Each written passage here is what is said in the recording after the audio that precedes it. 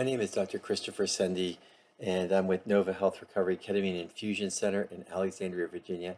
And I'm going to discuss the treatment of PTSD with ketamine infusions. So the question is, does ketamine infusions and ketamine therapy work for PTSD? And the answer is yes.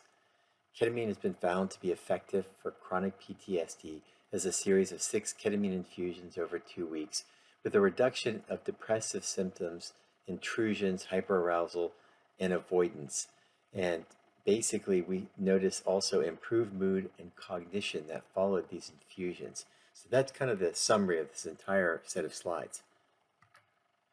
So there are 2 studies in particular that were helpful in helping determine the efficacy of repeated ketamine infusions for post-traumatic stress disorder and treatment-resistant depression. Now, this is chronic PTSD, not acute PTSD.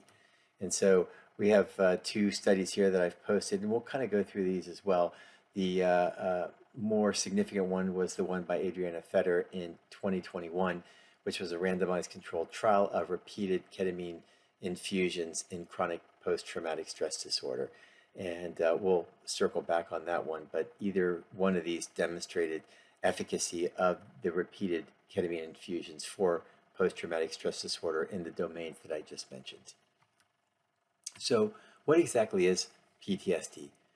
Post-traumatic stress disorder is the presence of recurrent, intrusive, distressing memories, dreams, dissociative reactions such as flashbacks, and reactions to internal or external cues that symbolize or resemble the traumatic event experienced by that person.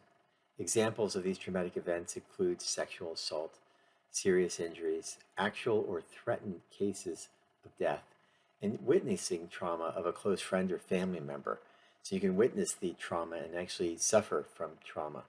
And the key items that occur as a result of this include intrusive thoughts, dissociative reactions, and recurrent symptoms with hyperarousal. What is experienced in post-traumatic stress disorder? Well, things like avoidance of situations are one of the primary problems, and anything that reminds the individual of the trauma, they will try to avoid. And this allows the individual to control their memories, thoughts, and emotions. There can also be changes in memory formation with selective amnesia, in which the person can't recall specific details around the trauma.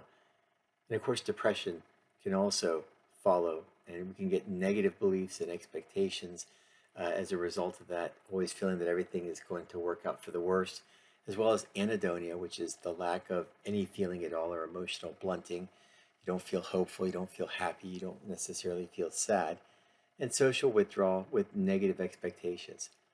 And of course, there are changes in emotional reactivity, which are part of the post-traumatic stress disorder experience. These include self-destructive behavior, sleep disturbance, lack of concentration, irritability, and hypervigilance. Patients with post-traumatic stress disorder have repeated recall of the traumatic experiences. They keep reliving them over and over again like a hamster wheel. And they have avoidance of these traumatic situations with hyperarousal, depression, anxiety, pain, and substance use disorders. Now, what is the scope of the problem? And I can see I misspelled scope. I missed the C there. But post-traumatic stress disorder is a prevalence of approximately 8.7% in the United States. The lifetime prevalence of post-traumatic stress disorder ranges from 1.3 to 12.2%. And the 1-year prevalence is about 3.8%. And we know that post-traumatic stress disorder is associated with suicidal behavior. It has a higher prevalence among military veterans, firefighters, police officers, and emergency medical personnel. The highest prevalence is found among survivors of rape, military combat, politically motivated genocide victims, and captivity. And of course, as far as racial distribution, post-traumatic stress disorder is found more among Latinos and African Americans, as well as American Indians, and less common in Asian Americans. Now, how do we measure post-traumatic stress disorder? There's a number of validated scores, but some of the more important ones are the one, especially at the bottom here, which is the a post-traumatic stress disorder checklist for DSM-5, the PCL-5, which we frequently use to monitor symptom change during and after treatment. But there are things such as the clinician-administered PTS scale for DSM, which is the CAPS-5, which is used as a research model. And then there's the impact of event scale, REVISE, which you'll see in a couple of the following studies. So consequences of post-traumatic stress disorder are severe. So we see poor results with traditional medication therapies, and particularly the SSRIs, which are FDA approved for the treatment of PTSD. And there's a lot of disability resulting in unemployment and low social wellness. There's difficult family relationships that result from the mood disorders from PTSD, excessive absence from work, lower income, poor occupational success. And then there's the co-occurring mental health disorders of up to 80% of patients of PTSD have something that would co-occur with PTSD, such as anxiety or depression. There's also increased substance use disorder, anxiety, and depression. The neurobiology of PTSD is very complex, but what and why would you choose ketamine to treat PTSD? Well, when you look at the neurobiology, it seems to fit right into what ketamine exactly does. The symptoms of PTSD may be caused by a loss of synaptic connectivity and low neuroplasticity. And stress may impair synaptic connectivity, which is a glutamate-mediated system. Ketamine may improve this glutamate system and improve the activity in these individuals of these synaptic connections and also the neural networks that are affected and damaged by PTSD. Ketamine activity is at the NMDA receptor, and it's an antagonist at this receptor. There's excessive NMDA receptor activation in PTSD, and this can result in the formation of spontaneous intrusive memories. And so high NMDA receptor activity may be a risk factor for developing PTSD. So PTSD is associated with hyperarousal, with intrusive thoughts, flashbacks, and nightmares. And this may be linked with excessive NMDA activity, as we mentioned earlier. Ketamine may benefit this by lowering NMDA activity. In one study, rats with trauma had lower levels of brain-derived neurotrophic factor, and chronic administration of ketamine reversed the effect of this trauma and increased brain-derived neurotrophic factor levels. And this is important because the hippocampus, which is affected in PTSD, is associated with the control of learning, memory, and links to the hypothalamus pituitary adrenal axis. There is noted to be excess cortisol levels, and this is released by stress, and this also causes neuronal breakdown and synaptic breakdown. And the study is listed below here on how ketamine has anxiolytic effects in animal models of post-traumatic stress disorder. And antagonizing the NMDA receptors can stop consolidation of fear conditioning in the hippocampus, which is an important area of emotional memory. And this study below also is a study that demonstrates that NMDA receptors, when you antagonize them, especially with ketamine, can prevent the consolidation of those fears and those memories of fears. Ketamine, especially when used prophylactically ahead of trauma, can reduce the neural connections that activate a stress response. And so you could prevent a post-traumatic stress disorder by ketamine therapy prior to actually incurring stress, and this is done in animal models. And in studies of mice that have undergone social defeat paradigms, it's been found that there's a dysregulated HPA axis, which is involved with adrenal gland functioning and cortisol levels. And it's found that ketamine can protect against effective social defeat models in mice in the stress response created by the HPA axis. So you can prophylax against stress with the use of ketamine, and it has positive effects when it's used prior to the stress itself. And this study was actually in reference to that. Now, there's been neuroimaging, and there's been correlation of predictions of response to repeated dose intravenous ketamine. So, what exactly does repeat dose ketamine IV do in PTSD? Now, this study that we're referencing in Nature basically evaluated the neural circuitry using basically emotion processing tasks and one task-free scan. They used basically imaging to evaluate individuals that were shown these pictures of faces. And they collected the information from a subset of patients who were randomized in this clinical trial with repeat dose IV ketamine versus a placebo of midazolam, which is a benzodiazepine. And they used 21 patients. They noted that basically when people had improvements in their PTSD severity, that there was increased functional connectivity between certain areas of the brain that were involved with top-down control, in particular the ventromedial prefrontal cortex and the amygdala. And this was basically occurring during emotional face viewing. So they showed these individuals these pictures of emotional looking faces and then evaluate the functional connectivity between key areas of the brain. And so when individuals received ketamine, basically they had increased connectivity between the controlling area, the CEO of the brain, which is the prefrontal cortex, and the amygdala, which is your crisis center, your anxiety center. And so the prefrontal cortex kind of puts the brakes on the amygdala, and basically ketamine increased the degree of control of our cortex over the amygdala.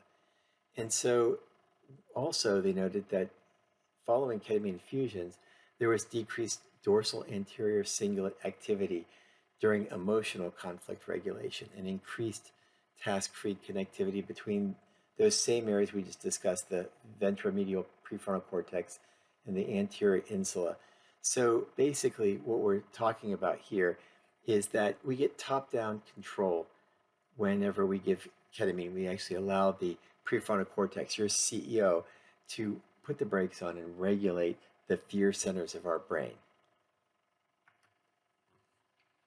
So in the first study that evaluated ketamine therapies, this was back in 2014 by Adriana Feder. In this particular trial, it was a positive response to ketamine therapy in chronic PTSD. And Feder and her group used a single ketamine infusion versus midazolam as a placebo. Midazolam is Versed, it's a benzodiazepine. And they used 41 patients with chronic PTSD. And this was a proof of concept randomized double-blind crossover trial comparing ketamine to an active placebo control. And it demonstrated rapid reduction in PTSD symptoms relative to the placebo. And they assessed these individuals 24 hours after the infusion using a medically validated scoring system for PTSD. They also noted that there was decreased depression and improvement of overall clinical presentation. So ketamine helped out with wellness parameters in depression as well as the PTSD. And there were no significant side effects. There wasn't persistent dissociative symptoms. And this was the very first study demonstrating rapid reduction in symptom severity following ketamine infusions with chronic PTSD. In a follow-up trial in 2021 by Adriana Feder, also did a randomized controlled trial using 30 subjects, but this time they did repeated ketamine doses, a total of 6 at 0.5 milligrams per kilogram versus a placebo of Versed or midazolam at the doses mentioned here, 0.045 milligrams per kilogram over 2 consecutive weeks. And then they used medically validated scoring systems. And this one also was found to have significant reductions in chronic PTSD symptoms. A third set of studies demonstrated that repeated ketamine infusions for chronic PTSD and treatment-resistant depression by Albert and his group also demonstrated that basically 6 intravenous ketamine infusions at 0.5 milligrams per kilogram over a 12-day period also improved the depression scoring as well as post-traumatic stress disorder, and that there were really no worsening of PTSD symptoms during the study duration, and that there were, just other than transient increases in dissociative symptoms during the infusions, none of that happened after the infusions were finished. The mean time to relapse was about 3 weeks or 20 days. So a multivariate effect of ketamine on PTSD, a systematic review and meta-analysis was done by Ru in 2022, and their finding was based on a number of different studies that they evaluated that ketamine is effective in treating chronic PTSD, but not acute PTSD, based on 91 patients from 3 clinical trials. So again, when we use ketamine, it's for chronic PTSD, patients that have had the post-traumatic stress disorder symptoms for several months. So ketamine use is for chronic PTSD, and 3 studies in this particular systematic review with a total of 503 patients were compared using the ketamine infusions, which was about 349 patients relative to control patients. And what they found was that early use of ketamine was not helpful in PTSD, but for chronic PTSD, ketamine was very helpful. And ketamine had no effect on the development of PTSD for injured soldiers acutely in the battlefield.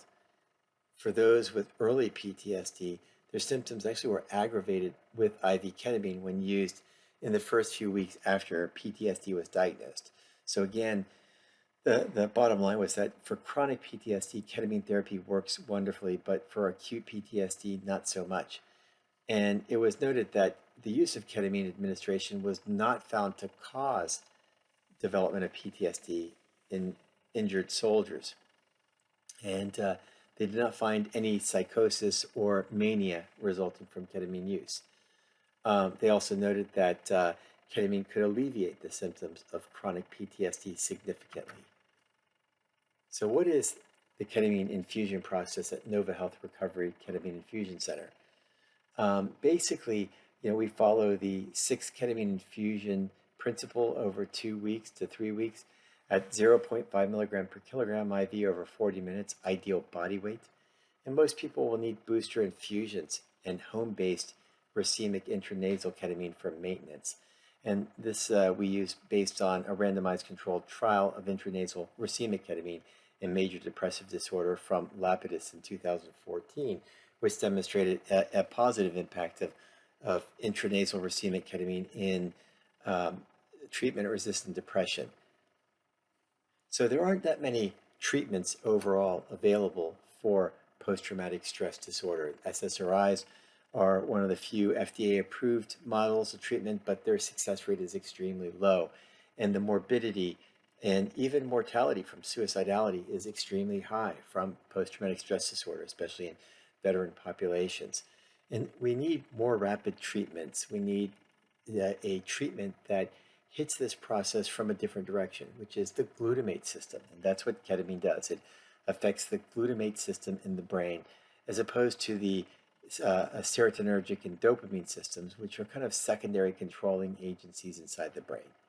So again, with a series of 6 infusions that is administered over 2 weeks in a controlled fashion, patients can have significant recovery from post-traumatic stress disorder.